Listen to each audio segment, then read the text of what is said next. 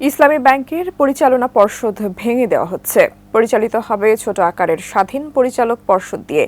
এই তথ্য জানিয়ে বাংলাদেশ ব্যাংকের governor doctor Ahsan H Mansur বলেছেন, এটি সহ ব্যবসায়ী এস আলম নিয়ন্ত্রিত সব ব্যাংকের পরিচালনা পর্ষদ পর্যায়ক্রমে ভেঙে দেওয়া হবে। গোলাম কাদির রোবো রিপোর্ট। শেখ হাসিনা সরকারের পতনের পর নতুন করে আলোচনায় ইসলামী ব্যাংক। সম্প্রতি যার দখল নিয়ে কর্মকর্তাদের দুপক্ষের মধ্যে ঘটে গোলাগুলির ঘটনাও। ব্যাংকটির বেশিরভাগ শেয়ারের মালিক আলোচিত ব্যবসায়ী এস আলম। অভিযোগ আছে, প্রভাব খাটিয়ে ব্যাংকটি থেকে নিয়েছেন হাজার হাজার কোটি টাকা ঋণ, যার বেশিরভাগই পাচার করেছেন। সম্প্রতি ব্যাংকটির কর্মকর্তারা কেন্দ্রীয় ব্যাংকের গভর্নরকে চিঠি দিয়েছেন পর্ষদ ভেঙে দেয়ার। বাংলাদেশ ব্যাংকও উদ্যোগ নিয়েছে এস আলমের কবজা থেকে ব্যাংকটি উদ্ধারের। বাংলাদেশ ব্যাংকের গভর্নর জানালেন, নতুন পরিচালনা পর্ষদ চালাবে ব্যাংকটি। যেটা আমরা চেষ্টা প্ল্যানে আছে সেটা হচ্ছে যে আমরা সরকারিভাবে বাংলাদেশ ব্যাংকের পক্ষ থেকে আমরা একটা বোর্ড, ছোট আকারের একটা বোর্ড আমরা ওখানে বসিয়ে দেব, যেটা ইমিডিয়েটলি এটাকে রক্ষণাবেক্ষণ করবেন এবং চেষ্টা করবেন এটাকে দাঁড় করিয়ে রাখতে, যাতে এটা ধসে না যায়।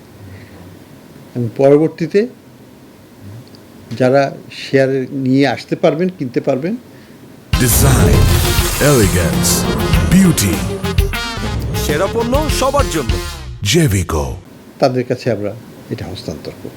কেন্দ্রীয় ব্যাংক বলছে, প্রথমে ব্যবসায়ী এস আলমের কাছ থেকে টাকা উদ্ধারের চেষ্টা চালাবে বাংলাদেশ ব্যাংক। না হলে তার শেয়ার অধিগ্রহণ করে সরকার বিক্রি করবে অন্যের কাছে।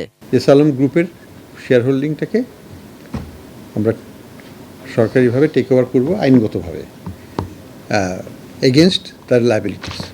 কাজেই এখন এই যে ভগ্নদশা আছে সেটাকেই উদ্ধার করতে হবে। এখান থেকে আমরা অবশ্যই 100 টাকা পাবো না, এটা নিয়ে কোনো সন্দেহ নাই। যেটুকু পাওয়া যায় সেটুকুই চেষ্টা করতে হবে। ইসলামী ব্যাংক ছাড়াও আলোচিত ব্যবসায়ী এস আলমের নিয়ন্ত্রণে আছে আরও বেশ কয়েকটি ব্যাংক। সেগুলোর ব্যাপারে কি হবে, কেন্দ্রীয় ব্যাংকের গভর্নর জানালেন সেটাও।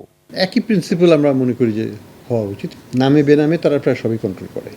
আমরা একসাথেই করতে যাচ্ছি 2-1 দিনের মধ্যেই। গতকাল ন্যাশনাল ব্যাংকের হয়েছে, আমরা ওইভাবে আমাদের ক্রাইটেরিয়া একটাই, যদি কারো এখানে 2%-এর উপর শেয়ার থাকে, আজ দাবি করছে, আমরা দিয়ে দেবো তাদের।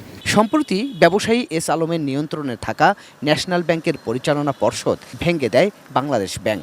বিএনপির আরেক আলোচিত ব্যবসায়ী আব্দুল আউয়াল মিন্টুর নেতৃত্বে গঠন করা হয় নতুন পরিচালনা পর্ষদ। গোলাম কাদির রবু, এটিএন নিউজ, ঢাকা।